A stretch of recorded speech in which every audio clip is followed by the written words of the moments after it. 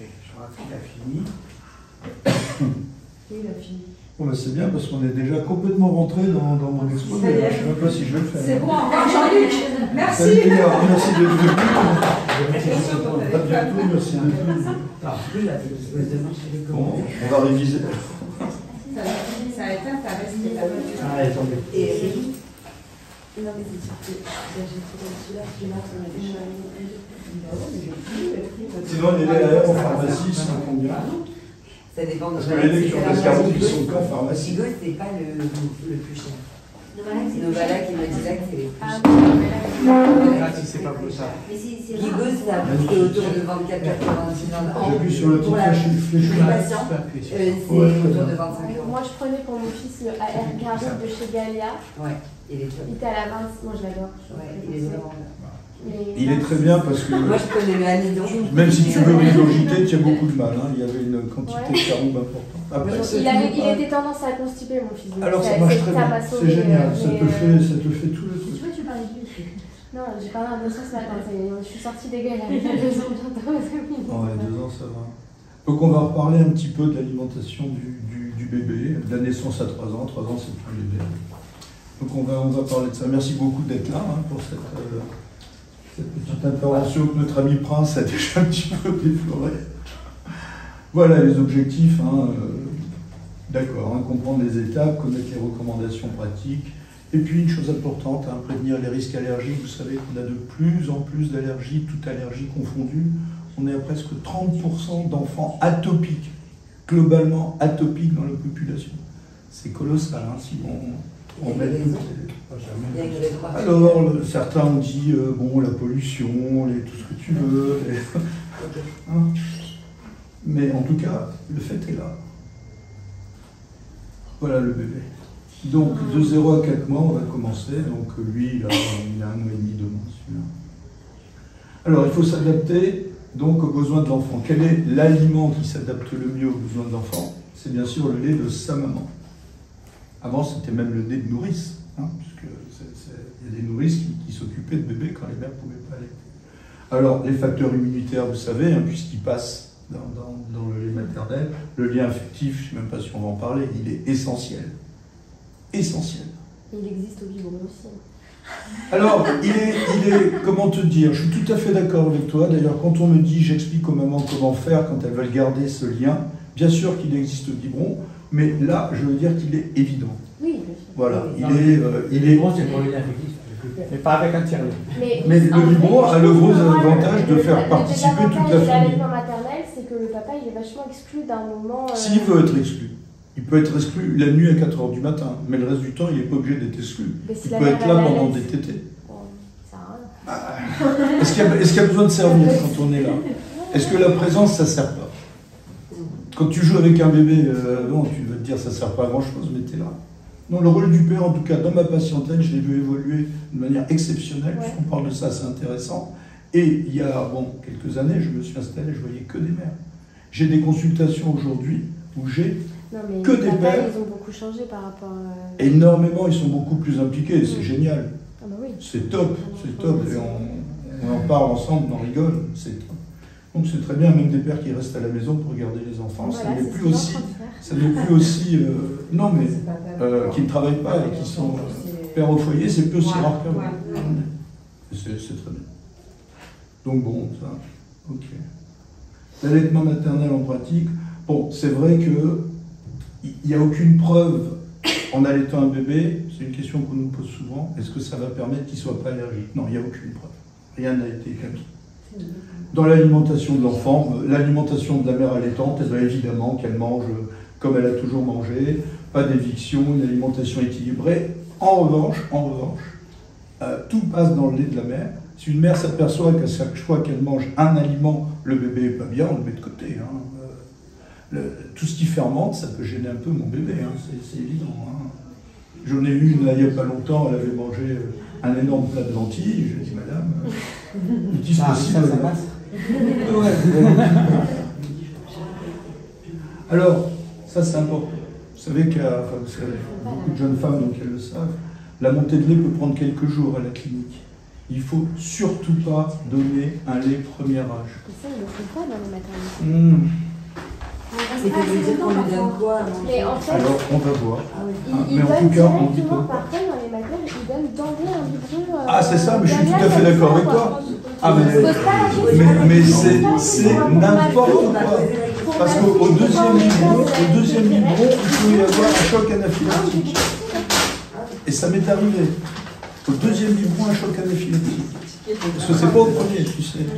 Vous savez que c'est pas au premier, ça. Au deuxième biberon, il rentre à la maison. La mère, elle dit, ils lui ont donné, tout va bien, choc anaphylactique. Pas de lait premier âge. Voilà ce que vous pouvez donner. Un hydrolysat, du lait de riz. La formule d'acide aminé, c'est un degré supérieur d'hydrolyse, vous savez. C'est pas forcément. Les laits à chat, c'est terminé, hein, on n'en parle plus. Hein. Ça fait partie de la préhistoire. Voilà, donc bon, ce lait digeste-là, on ne le donne pas, hein, d'accord? C'est un très bon lait pour après, mais là on donnerait un lait sans protéines du lait de vache. Hein. Le digeste qui est là, c'est pour faire plaisir à Prince, but not this milk. En revanche, le lait de riz, oui, et l'amina, c'est un hydrolysat d'acide aminé. C'est un lait classique. C'est un lait classique. Donc dès la naissance, c'est faux. Alors l'allaitement mixte, bien sûr, hein, il y a des mamans qui te disent j'ai pas assez, ils hurlent, bon ok. Hein. Et là on peut utiliser, quand on complète, on peut utiliser un lait standard. Alors, Quels que soient les antécédents allergiques de l'enfant. pour les mamans qui ont eu un lait de vache à la maternité parce qu'elles n'avaient pas assez de lait, Ouais. ensuite elles sont obligées de poursuivre pendant tout leur allaitement une quantité de lait de vache. Oui, Et c'est- exactement. et C'est après, ce qu'il faut faire pour et ça, limiter le risque d'allergie. Ce que je sais pas, c'est quelle quantité Une petite quantité, on dit. Moi je dis 10-20. par jour. Ouais. Ouais. Et c'est vrai, ça, il faut garder ça en tête quand il y a eu un biberon à la clinique pour éviter justement ce choc anaphylactique. Il faut Donc continuer à elles leur font 30 ml comme ça tous les jours de lait de vache. On ne peut pas repasser en exclusif en fait. Non, parce qu'après, quand tu vas introduire la protéine, Tu prends ton risque. Tu prends un risque de faire une allergie. On est sur des trucs rares, mais bon, les trucs rares en pédiatrie, ça existe. Hein. Du moment qu'une chose existe en pédiatrie, on la combat. C'est pas la fréquence qui fait l'importance. Ok. Alors jusqu'à 4 mois, le lait suffit largement, hein, bien entendu, hein, vous savez. Chaque situation unique, consultez le pédiatre. Ça, c'est David qui voulait me faire plaisir. Consultez votre pédiatre. Le lait maternel, ok, le lait infantile est tout à fait sûr. Pas de diversification avant 4 mois. On est d'accord. Alors on va commencer à parler un petit peu de la diversification. Elle se fait donc progressivement entre 4 et 6 mois. Le maître mot, c'est prudence et progressivité.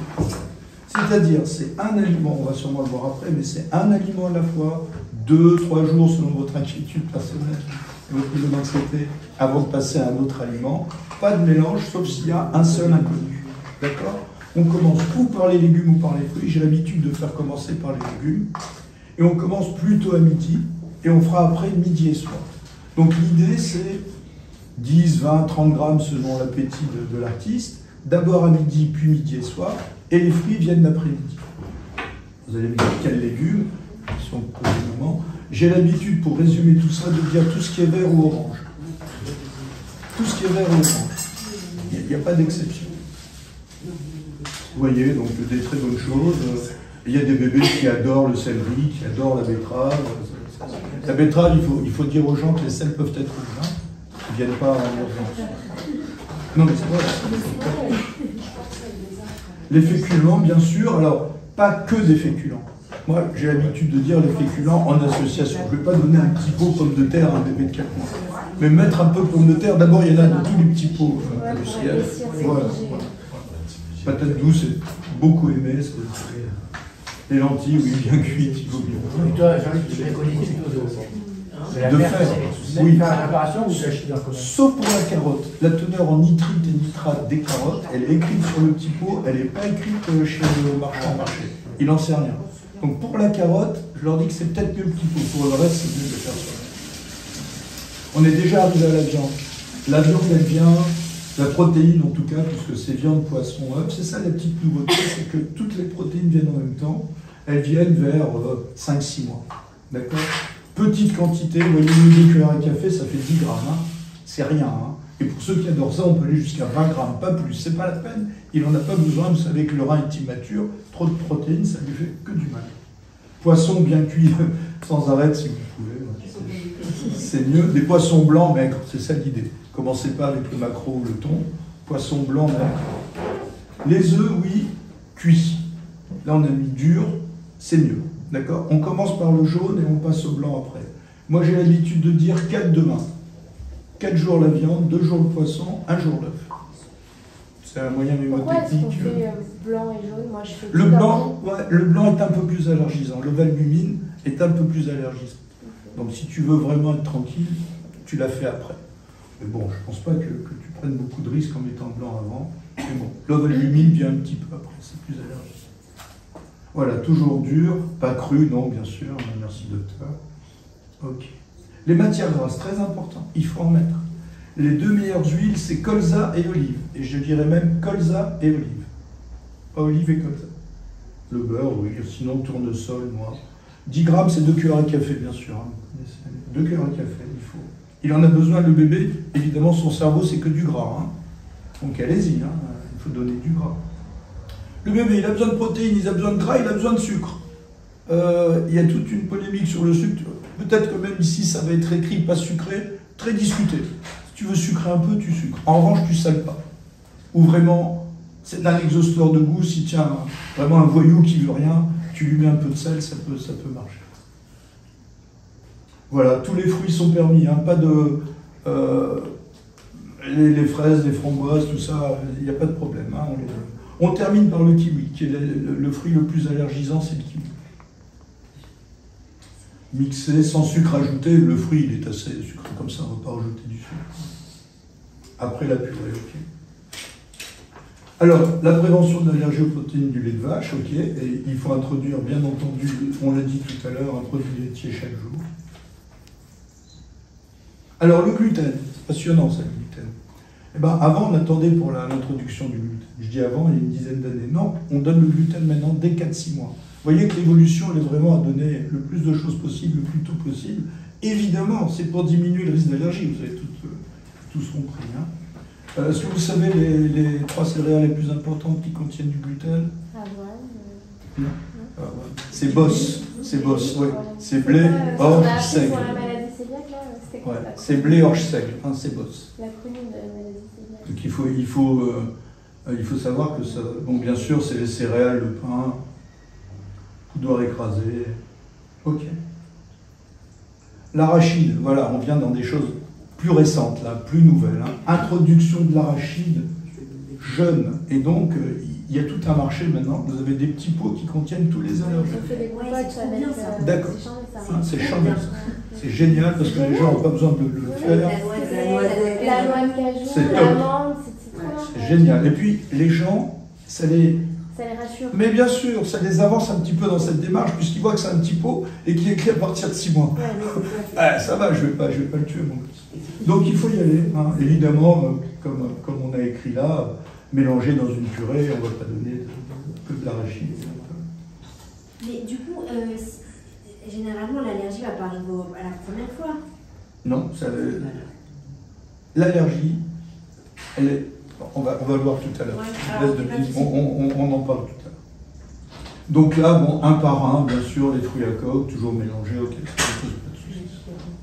L'eau, c'est la seule boisson nécessaire à l'enfant, avec le lait. Alors, il y a 83% d'eau dans le lait.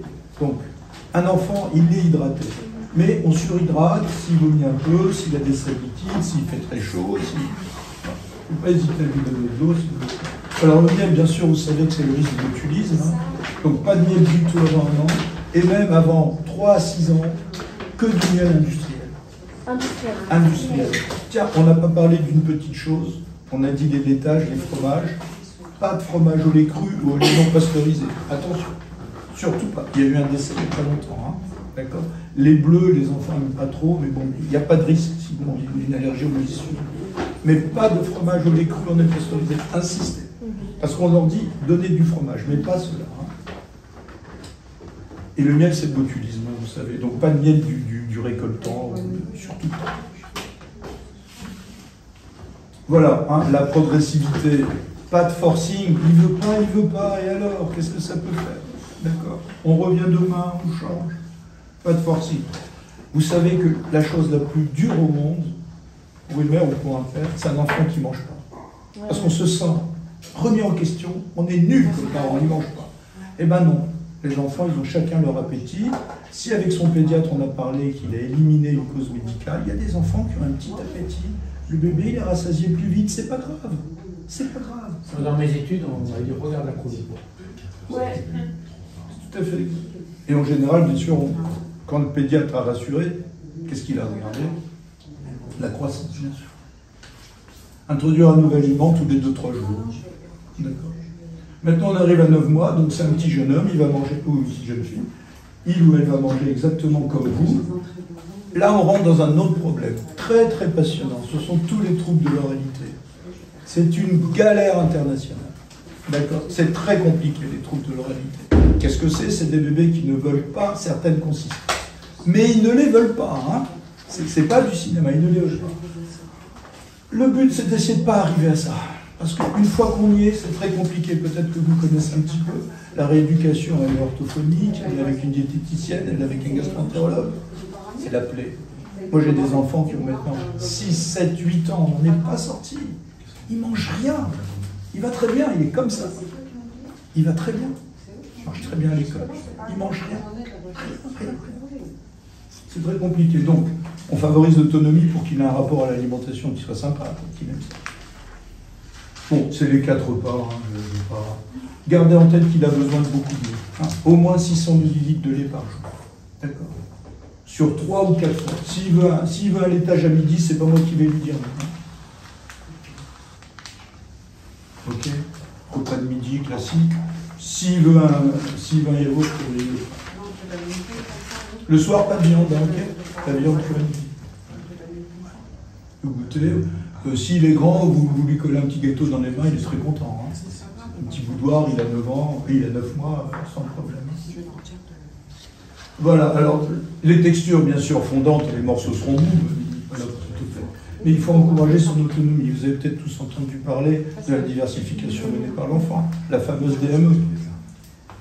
Il faut en prendre un peu.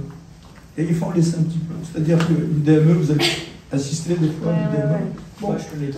Alors la DME, c'est tu mets l'aliment devant l'enfant, et quelque part l'idée, c'est de le laisser tripatouiller, prendre avec les doigts et manger.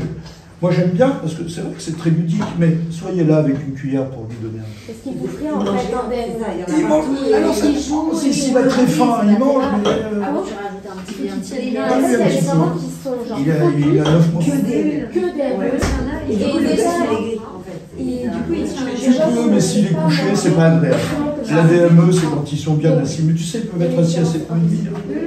Tu as des grands. Donc, en même temps, tu lui donnes une cuillère en... Parce qu'ils font pas les tailles adaptées. Il y a eu des fausses routes, des trucs comme ça. Oui, et il faut lui donner, bien sûr... Il faut que la texture, la taille, etc. Il y a des parents, ils vont pas sur les bonnes infos. Et je vous en prie, une cuillère en caoutchouc.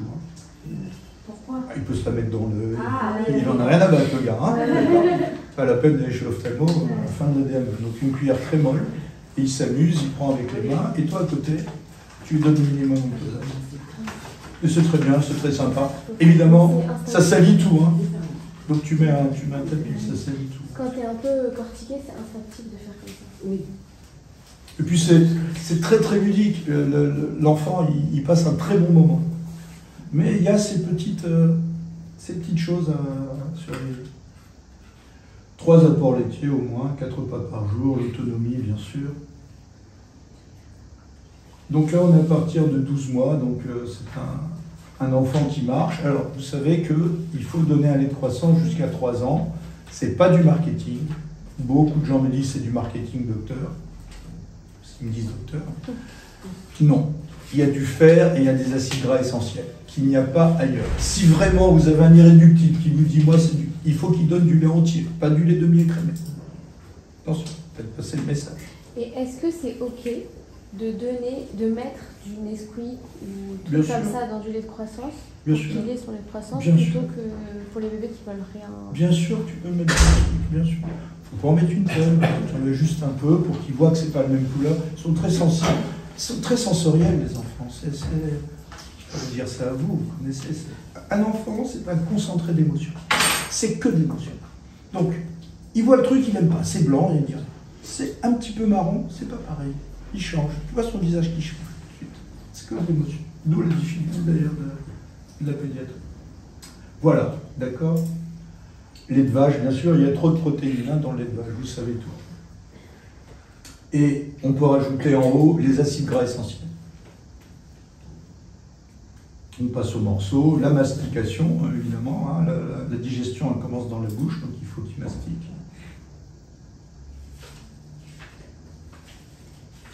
D'accord?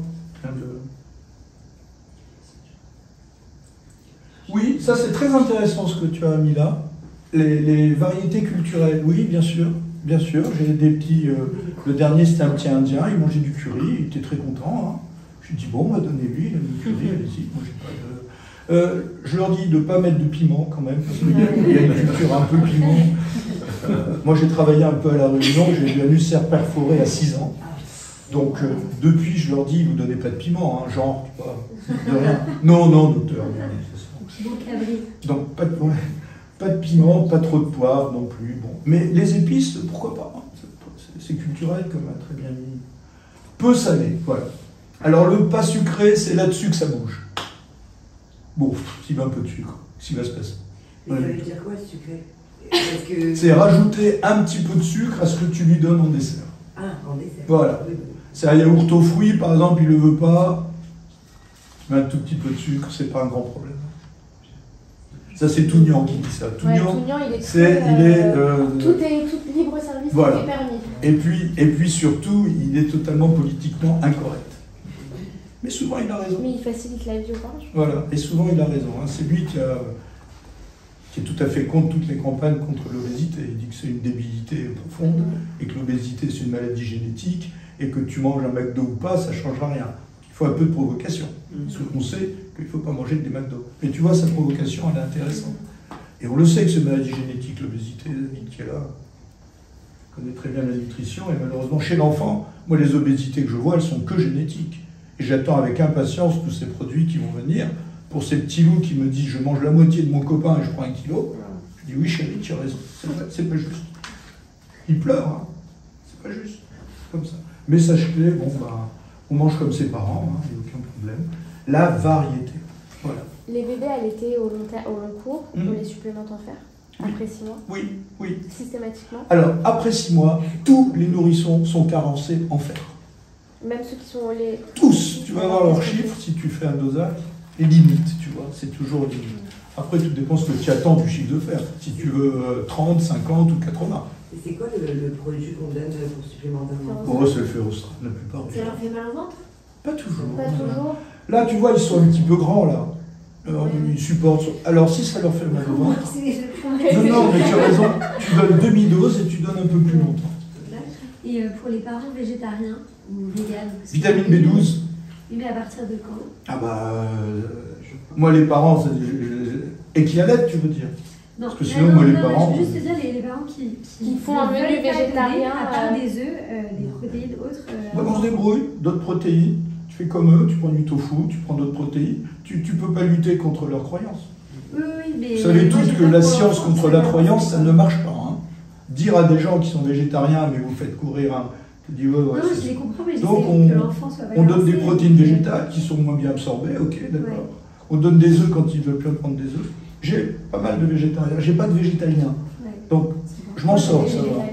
La def. Bah, Mais pas d'œufs. On fait pas de prise de Même sang. Mais pas pas que pas d'œufs, Pas hein. d'œufs. Aucun Ça va produit. pas Pas de lait de vache. Voilà, pas de lait de Et vache. du coup, pas de beurre, Mais et du coup, pas de lait de coco.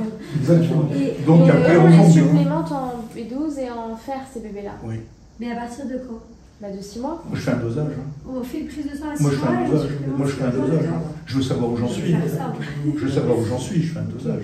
S'il a 3, c'est pas pareil que s'il a 32 hein, en ferritine. Ok. Voilà, il est content de manger parce que les bébés, en général, sont très contents de manger. Attendez, je reviens sur ma question. Ouais. Parce que moi, j'ai beaucoup d'allaitements longs. Donc, il faut que je supplémente systématiquement ces bébés en fer ou pas? Tu peux le faire. Maintenant, tu as le droit de faire un bilan sanguin aussi pour voir. Tu leur expliques que l'allaitement long, et tu leur expliques aussi pourquoi on donne du fer. Parce que sinon, c'est pas... Le fer sert à tout ce qui est immunité, à tout ce qui est croissance. Tu leur fais un petit chapitre là-dessus, bien corsé. Et où tu donnes du fer austral systématiquement et tu fais un contrôle 6 mois après pour voir, ou tu fais ton contrôle avant pour voir où tu en es. Est-ce qu'il a un déficit complet ou est-ce qu'il n'est pas trop mal? Ça ok? Pas de problème? Voilà, qui c'est celui-là? Ouais. Alors ça, c'est les réponses au QCM. Vous voulez qu'on les défile rapidement? D'accord? Ok, le lait de miel s'adapte, hein, bien entendu. Alors, qu'est-ce que... Il y en a qui ont répondu à autre chose? Alors non, il n'y a pas de réduction prouvée du risque d'obésité, désolé. Il n'y a pas, il n'y a aucune preuve. Alors là, c'est recommandations concernant l'alimentation maternelle. Eh ben, elle mange exactement tout ce qu'elle veut, avec ma petite réserve de pédiatre de terrain. Si elle voit qu'il y a un aliment que le bébé ne supporte pas, elle le met de côté. Tout le monde a répondu C, c'était bon. Bravo. Ça, c'est les réponses que vous avez données. Vous êtes tous très forts. Ouais. Alors, quel lait doit être évité? Je pense qu'il y en a qui n'ont pas lu bien. Celui qui doit être évité, bien sûr, c'est le lait standard. D'accord? Bébé. Entre 4 et 6 mois, ok. Quand on dit entre 4 et 6 mois, ça veut dire on débute à 4 mois. Hein. Ça ne veut pas dire qu'on débute entre 4 et 6 mois. C'est que globalement, à 6 mois, il peut presque tout manger. L'œuf, donc plutôt dur. Moi, je diffère le jaune du blanc, mais